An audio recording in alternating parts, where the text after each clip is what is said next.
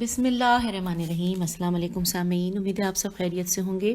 کاشانہ بصیرت کے YouTube channel پر میں سیمی زوار حاضر ہوں کتاب غریب طوس حضرت امام علی رضا علیہ السلام ولادت سے شہادت تک کے ساتھ، اور یہ ہے ریڈنگ کا پارٹ نمبر 23۔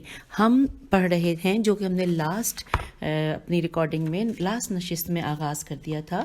ہم رسالے کے بارے میں پڑھ رہے ہیں، جو امام کے حوالے سے جو رسالہ جات اب تک ہمارے نظر سے گزر رہے ہیں، تو اس میں اس کتاب میں ہم نے جو پڑھا وہ اب ہم پڑھ رہے تھے صحیفہ حضرت امام علی رضا علیہ السلام۔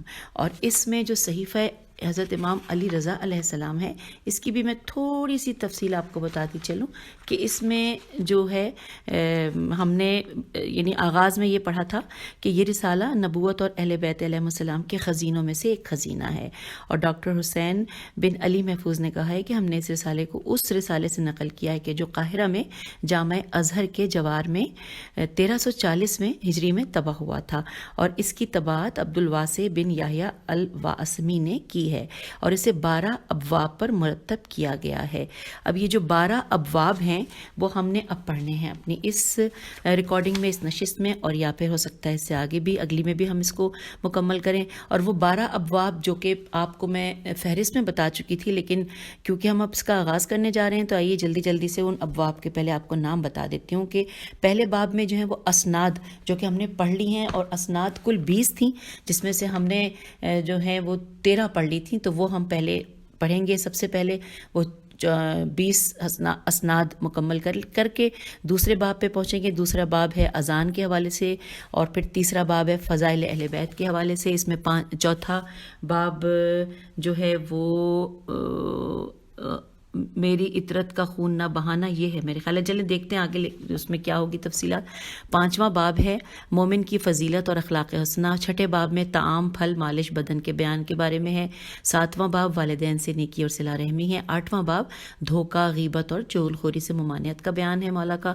9واں باب جہاد کے بارے میں ہے، اور 10واں باب احادیث متفرقہ ہیں۔ تو آئیے اب ہم پہلے باب میں، جس میں ہم اسناد کے حوالے سے پڑھ رہے تھے، ہم نے 13 اسناد پڑھ لی تھی۔ آئیے سند نمبر 14 کو مل کر پڑھتے ہیں۔ بسم اللہ الرحمن الرحیم، اور یہ ہے پیج 383۔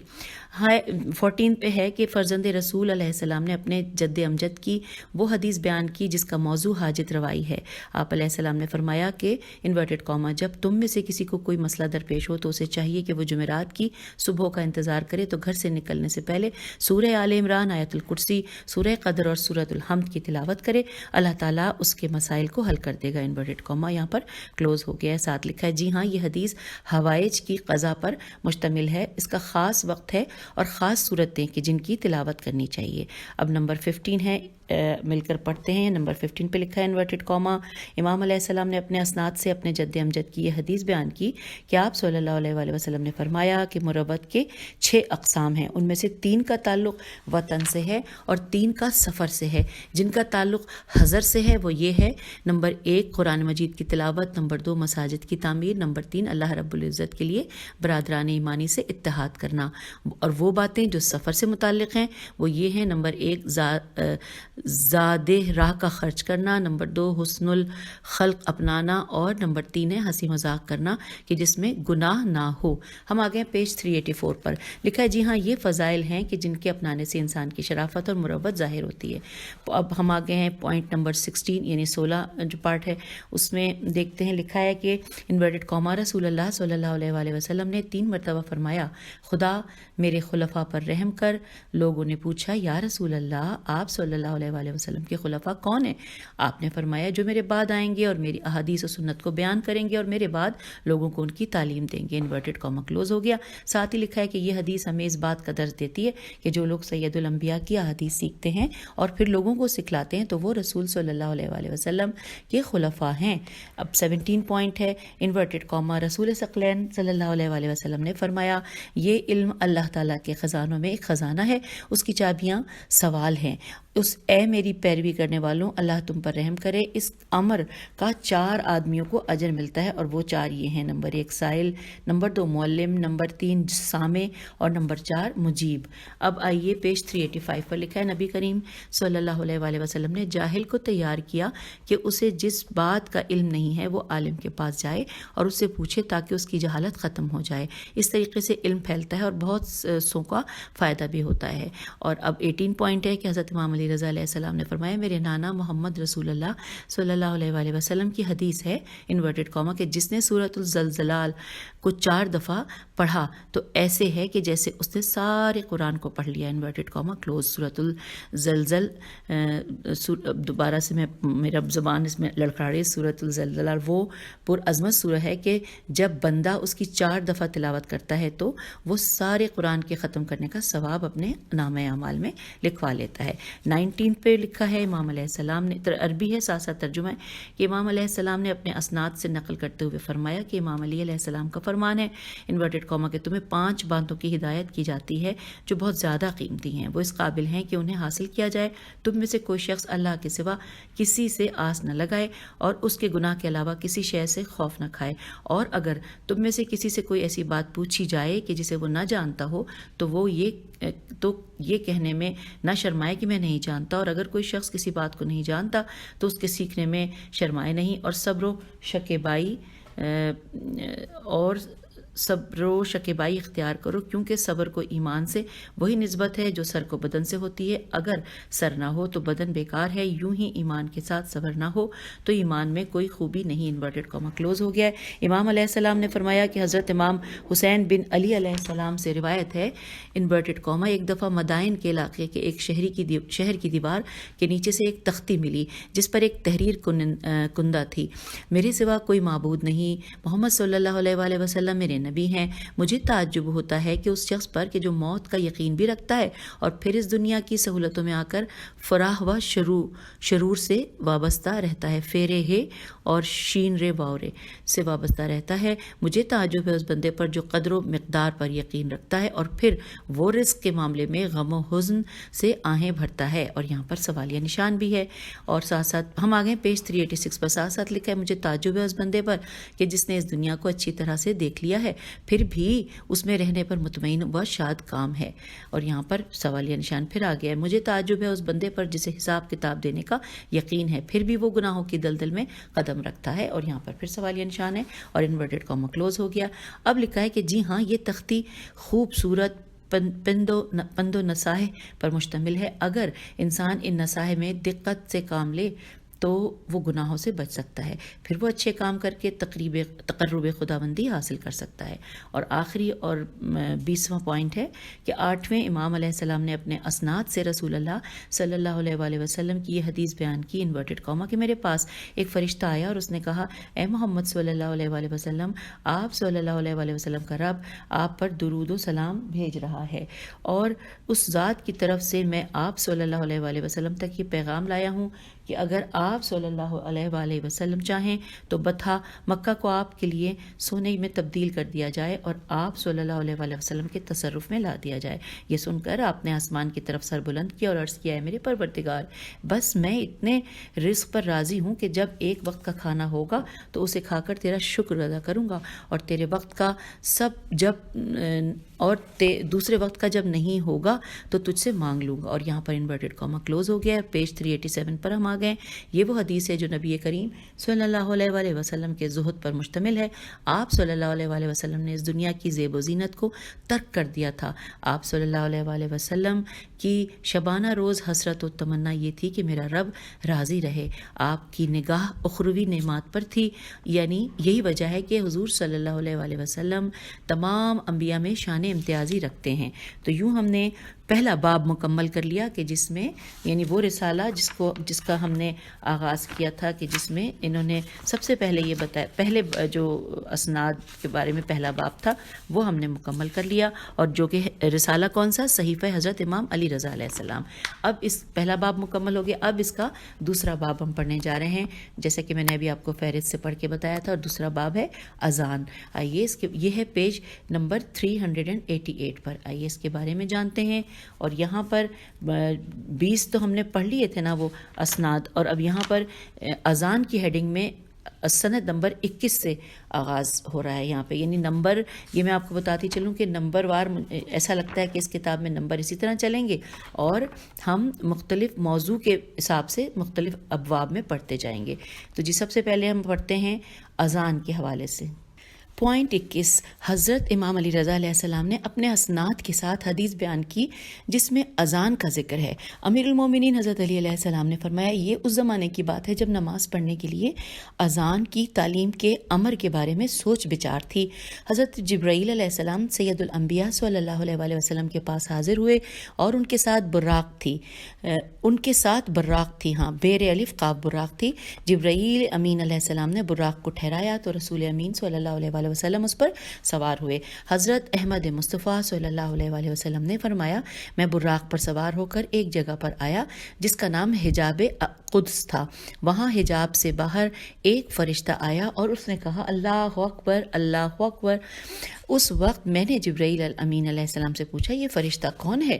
جناب جبرائیل علیہ السلام نے کہا مجھے اس ذات کی قسم کہ جس نے آپ صلی اللہ علیہ وآلہ وسلم کو منصب نبوت سے مکرم و مشرف کیا، میں نے اس فرشتے کو ابھی دیکھا ہے، اس سے پہلے میں نے اسے نہیں دیکھا۔ پس اس نے کہا اللہ اکبر اللہ اکبر۔ اس وقت حجاب کے پیچھے سے آواز آئی میرے عبد نے سچ کہا ہے، میں ہی رب اکبر ہوں، میں ہی رب اکبر ہوں۔ آپ صلی اللہ علیہ وآلہ وسلم نے فرمایا، فرشتے نے کہا اشہد ان لا الہ الا اللہ، اشہد ان لا الہ الا اللہ، میں گواہی دیتا ہوں کہ اللہ کے سوا کوئی معبود نہیں ہے۔ حجاب کے پیچھے سے آواز آئی میرے عبد نے سچ کہا ہے، میں ہی معبود ہوں، میرے سوا کوئی معبود نہیں ہے۔ رسول اسلام صلی اللہ علیہ وآلہ وسلم نے فرمایا، پھر اس فرشتے نے کہا اشہد ان محمد الرسول اللہ، اشہد ان محمد الرسول اللہ ہے، میں گواہی دیتا ہوں کہ محمد اللہ کے رسول ہیں۔ حجاب کے پیچھے سے آواز آئی میرے بندے نے سچ کہا ہے، محمد صلی اللہ علیہ وآلہ وسلم کو رسالت میں نے عطا کی ہے۔ ہم پیج 389 پہ آ گئے ہیں۔ رسول اللہ صلی اللہ علیہ وآلہ وسلم نے فرمایا، پھر اس فرشتے نے کہا کہ حی علی الصلاۃ، حی علی الصلاۃ۔ حجاب کے پیچھے سے آواز آئی میرے بندے نے سچ کہا ہے اور اس نے میری عبادت کی دعوت دی ہے۔ رسول اللہ صلی اللہ علیہ وآلہ وسلم نے فرمایا کہ پھر اس فرشتے نے کہا حی علی الفلاح، حی علی الفلاح۔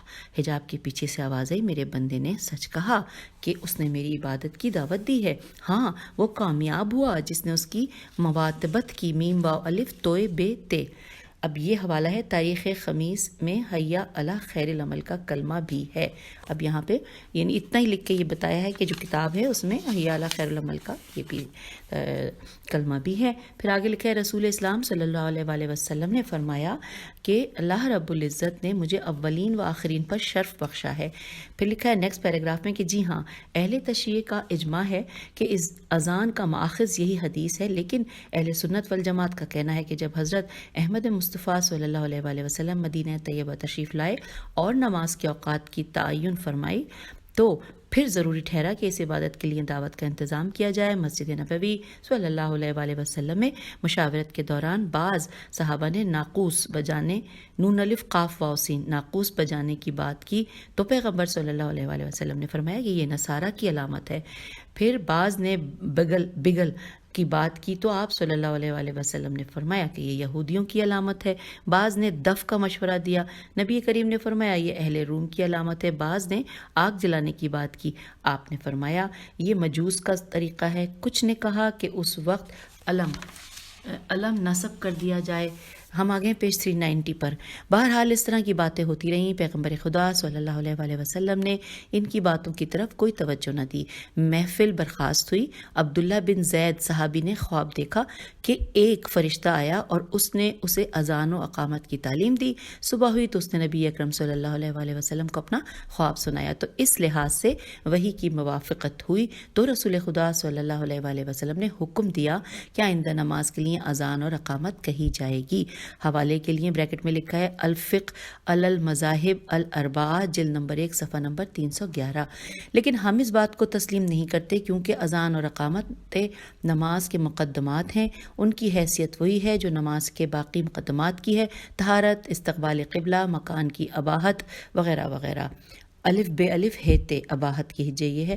پھر لکھا ہے جب حدیث موجود ہے کہ وحی کے ذریعے اذان اور اقامت حاصل ہو گئی تھی تو اب عبداللہ بن زید کے خواب کی کیا اہمیت ہے، جبکہ افضل صحابہ موجود تھے، انہیں تو خواب میں فرشتہ نہیں ملا اور انہیں مل گیا، یہ کیا بات عجیب بات ہے، اور یہاں پر سوالیہ نشان ہے۔ اچھا سامعین، اس صفحے ہی پر یعنی کہ پیج 319 ہی پر اب اذان اور نماز سے متعلق ہی اب اگلی جو ہیڈنگ ہے نماز پنجگانہ اور نماز جنازہ، اور یہاں پر پوائنٹ نمبر 22 ہم پڑھیں گے، اور لکھا ہے 21 ہم نے اذان کے بارے میں پڑھا تھا، 22 پہ لکھا ہے امام علیہ السلام نے اپنے اسناد کے ساتھ سید الانبیاء صلی اللہ علیہ وآلہ وسلم کی حدیث پیش کی ہے۔ آپ نے فرمایا کہ شیطان اس وقت خوف زدہ رہتا ہے جب تک ابن آدم اپنی نمازیں وقت پر ادا کرتا رہتا ہے، اور جب وہ اپنی نمازیں ضائع کرتا ہے تو اسے اپنے قابو میں کر لیتا ہے اور گناہ کبیرہ کی دلدل میں دھکیل دیتا ہے۔ نیکسٹ ہیڈنگ ہے اللہ رب العزت نے انسان کو نماز جیسا وہ عظیم الشان تحفہ عطا کیا ہے کہ جب انسان اس تحفے کی قدر کرتا ہے تو وہ بارگاہ خداوندی میں وہ شرف و کرم حاصل کرتا ہے جس کا نمازی کو اندازہ ہی نہیں ہے۔ جب عبد اپنے معبود کے حضور 5 وقت کی نماز پڑھتا ہے تو اسے بارگاہ خداوندی میں ایک خاص قرب عطا ہوتا ہے۔ شیطان اس درجہ قرب کو جانتا ہے کیونکہ وہ بنی آدم کا ازلی دشمن ہے۔ اس کی کوشش ہے کہ بندہ اپنے معبود کے قریب نہ ہو اور وہ اس عطائے خاص سے محروم رہے۔ وہ بندے کو نماز پڑھنے سے روکتا ہے تاکہ وہ اس فضیلت اور منزل کریمہ سے محروم رہے۔ اب ہم آگئے پیج 391 پہ، اور پوائنٹ نمبر ہے 23۔ فرزند امام موسیٰ کاظم علیہ السلام نے فرائض کے متعلق ایک اور حدیث بیان فرمائی ہے، انورٹڈ کاما۔ رسول اسلام صلی اللہ علیہ وآلہ وسلم نے فرمایا کہ جس کسی نے کوئی فریضہ ادا کیا تو اللہ رب العزت اس کی دعا قبول کرتا ہے، اور یہاں پر انورٹڈ کاما کلوز ہو گیا ہے۔ پھر نیکسٹ پیراگراف میں ہے کہ جی ہاں، چاہے نماز ہو یا روزہ، حج ہو یا کوئی اور فریضہ، جب بندہ اسے ادا کرتا ہے تو اللہ تعالیٰ اس کے لیے ایک اجر خاص مختص کرتا ہے جس کی وجہ سے اس کی دعا قبول ہوتی ہے۔ پوائنٹ 24 ہے، عربی میں ہے، ساتھ میں ترجمہ ہم پڑھتے جاتے ہیں۔ انورٹڈ کاما امام علیہ السلام نے اپنے اسناد کے ساتھ احمد مرسل صلی اللہ علیہ وآلہ وسلم کی وہ حدیث پیش کی ہے جس میں اللہ رب العزت کی خاص مہربانی کا ذکر ہے۔ رسول اسلام نے فرمایا میری امت اس وقت تک خیر و برکت سے وابستہ رہے گی جب وہ گناہوں سے بچے رہیں گے، امانتیں ادا کرتے رہیں گے، محارم سے دور، مہمان کی ضیافت، نماز اور رکعات کی ادائیگی سے وابستگی۔ اگر میری امت نے مذکورہ باتوں پر عمل نہ کیا تو وہ قحط کی مصیبت سے دوچار ہو جائیں گے، اور یہاں پر انورٹڈ کاما کلوز ہو گیا ہے۔ پھر لکھا ہے صاحب لولاک نبی صلی اللہ علیہ وآلہ وسلم نے اپنی امت کو ان مذکورہ خصائل کریمہ کی حفاظت کی دعوت دی ہے۔ آپ صلی اللہ علیہ وآلہ وسلم نے وعدہ فرمایا کہ اگر وہ ان خصائل سے اپنے آپ کو متصف رکھیں گے تو وہ امن اور آشتی میں رہیں گے، اگر انہوں نے عمل نہ کیا تو پھر وہ مصائب و علام کی شدید ترین گرفت میں آ جائیں گے۔ اب آ گیا نیکسٹ پوائنٹ نمبر 25، اور یہ بھی عربی میں ہے، اور اس کو ترجمہ پڑھنے کے لیے ہم پیج 392 پہ آ گئے ہیں۔ آپ علیہ السلام نے اپنے اسناد سے نماز کی اہمیت کے متعلق حدیث بیان فرمائی۔ نبی کریم صلی اللہ علیہ وآلہ وسلم نے فرمایا جب کوئی آدمی کھڑے ہو کر نماز نہ پڑھ سکے تو وہ بیٹھ کر پڑھے، اگر بیٹھ کر نہیں پڑھ سکتا تو لیٹ کر، اور اس صورت میں پڑھے کہ اس کا منہ قبلہ رخ رہے، اگر اس صورت میں کے ساتھ نہ پڑھ سکے تو اشارے کے ساتھ پڑھے، اور یہاں پر انورٹڈ کاما کلوز ہو گیا ہے، اور ساتھ ہی لکھا ہے کہ یہ ہے فرائض اسلامیہ کی اہمیت کے جو ہر حال میں ادا کرنے ہیں۔ ان فرائض میں سے نماز مکلف پر ہر حال میں واجب ہے۔ اب پوائنٹ 26 ہے، ترجمہ انورٹڈ کاما۔ امام علیہ السلام نے یہاں نماز پنجگانہ کے متعلق ایک اور حدیث کا ذکر کیا ہے۔ رسول اسلام صلی اللہ علیہ وآلہ وسلم نے فرمایا کہ نماز پنجگانہ کی حفاظت کرو، قیامت کے دن اللہ رب العزت ایک بندے کو بلائے گا اور اس سے پہلا سوال نماز کے متعلق کرے گا، اگر وہ نماز کی ادائیگی میں پاس ہو گیا تو ٹھیک، بصورت دیگر اسے جہنم میں ڈال دے گا۔ یوم حشر اور نشر پہلا سوال نماز کا ہوگا، اگر بندہ اس سوال کا جواب احسن انداز میں دے گا تو پھر اس سے دوسرے سوالات ہوں گے، ورنہ اسے جہنم میں جھونک دیا جائے گا، اور یہاں پر انورٹڈ کاما کلوز ہو گیا۔ اور ساتھ ہی لکھا ہے کہ نماز کی بہت زیادہ اہمیت ہے، مکلف کو چاہیے کہ نماز ہر صورت میں ادا کرے۔ اب ساتھ ہی یہاں پر حدیث ہے، لکھا ہے آپ صلی اللہ علیہ وآلہ وسلم نے فرمایا کہ اے میرے صحابہ، اپنی نماز کو ضائع نہ کرو، جس نے نماز کو ضائع کیا اس کا حشر قارون، فرعون اور حامان کے ساتھ ہوگا۔ اللہ تعالیٰ پر حق ہے کہ وہ اسے منافقین کے ساتھ جہنم کے سپرد کرے۔ اب لکھا ہے آگے کہ تباہی و بربادی ہے اس شخص کے لیے کہ جو نماز اور اپنے نبی صلی اللہ علیہ وآلہ وسلم کی سنت کی حفاظت نہ کرے۔ ہم آگے ہیں پیج 393 پر۔ دین اسلام میں نماز کی ادائیگی پر زور دیا گیا ہے۔ نماز ایک ایسی بندگی اور عبادت ہے کہ جس کی منزلت باقی تمام عبادات سے بہت زیادہ ہے۔ جس نے اسے ادا کیا وہ مسلم ہے، اور جس نے اس کا انکار کیا وہ جاہلیت کی موت مرا، اور اس کا حشر ظالموں اور کافروں کے ساتھ ہوگا۔ دوسری حدیث ہے، حضرت امام علی رضا علیہ السلام نے فرمایا، ایک دفعہ ہم نے حضرت احمد مرسل صلی اللہ علیہ وآلہ وسلم کے ساتھ نماز سفر پڑھی۔ آپ صلی اللہ علیہ وآلہ وسلم نے پہلی رکعت میں سورۃ الحمد اور سورۃ الکافرون پڑھی، اور دوسری رکعت میں آپ صلی اللہ علیہ وآلہ وسلم نے سورۃ الحمد اور سورۃ التوحید پڑھی۔ جب نماز ختم ہوئی تو آپ صلی اللہ علیہ وآلہ وسلم نے اس نماز کا ثواب بیان کیا کہ ہم نے اس طرح پہلی رکعت میں 1/3 قرآن اور دوسری رکعت میں 1/4 قرآن پڑھا ہے۔ جی ہاں، سفر میں 4 رکعتی نماز 2 رکعت پڑھی جاتی ہے۔ جب انسان پیغمبر صلی اللہ علیہ وآلہ وسلم کے طریقے سے نماز سفر ادا کرتا ہے تو اسے پہلی رکعت میں 1/3 اور دوسری رکعت میں 1/4 قرآن پڑھنے کا ثواب ملتا ہے۔ اب آگے ہے پوائنٹ 28۔ ہم نے 26 پڑھ لیا تھا، 27 کی نشاندہی شاید یہاں پر نہیں ہوئی ہے، لیکن جو حدیث ہے وہ 27 ہی ہم اس کو تصور کر لیتے ہیں۔ اب 28 پوائنٹ ہمیں نظر آ رہا ہے، کیونکہ 27 اس طرح نہیں ہو سکتا ہے کہ مس پرنٹنگ میں ہو۔ 28 پہ لکھا ہے حدیث، جب جنگ احد میں بہت سے مسلمان شہید ہو گئے تو نبی اکرم صلی اللہ علیہ وآلہ وسلم نے ہر شہید پر 5 تکبیروں کے ساتھ نماز پڑھی، اور حضرت حمزہ علیہ السلام کے جنازے میں آپ صلی اللہ علیہ وآلہ وسلم نے 70 تکبیریں پڑھیں۔ اموات پر نماز پڑھنا واجب کفائی ہے۔ جب کچھ لوگ اس فریضے کو ادا کر دیتے ہیں تو باقی لوگوں سے یہ فریضہ ساقط ہو جاتا ہے۔ پہلی تکبیر میں 2 شہادتیں پڑھی جاتی ہیں، اور دوسری تکبیر میں پیغمبر خدا صلی اللہ علیہ وآلہ وسلم پر درود و سلام، اور تیسری میں مومنین کے لیے مغفرت، اور چوتھی تکبیر میں میت کے لیے دعا مانگی جاتی ہے۔ 5ویں تکبیر پر نماز جنازہ ختم ہو جاتی ہے۔ اور یہاں پر حوالہ ہے عروۃ الوثقیٰ جلد نمبر 1 صفحہ نمبر 170۔ پھر لکھا ہے ائمہ ہدیٰ علیہم السلام سے یہی مروی ہے، اور جہاں پر یہ لکھا ہے اس کا حوالہ ہے وسائل الشیعہ ابواب الصلوات الجنازہ۔ پھر آگے لکھا ہے کہ اہل سنت والجماعت 4 تکبیریں پڑھتے ہیں، اور اس کا حوالہ ہے الفقہ المذاہب الاربعہ جلد نمبر 9 صفحہ نمبر 519۔ اب آئیے ہم 29 نمبر کی پہ آ گئے ہیں۔ 29 نمبر بھی لکھا ہے کہ جو ترجمہ ہم نے اس کا پڑھنا ہے، یہ تو کافی لمبی حدیث ہے، اور اس کا ترجمہ پڑھتے ہوئے ہم آ گئے پیج 394 پر انورٹڈ کاما۔ رسول اسلام صلی اللہ علیہ وآلہ وسلم نے فرمایا، اے علی علیہ السلام، جب تم کسی کا جنازہ پڑھنے لگو تو یہ کہو، خدایا یہ تیرا عبد ہے، تیری کنیز کا فرزند ہے، تیرا حکم بجا لانے والا تھا، وہ تیرے پاس آیا ہے، تو آنے والے کو بہترین طریقے سے سنبھالنے والا ہے۔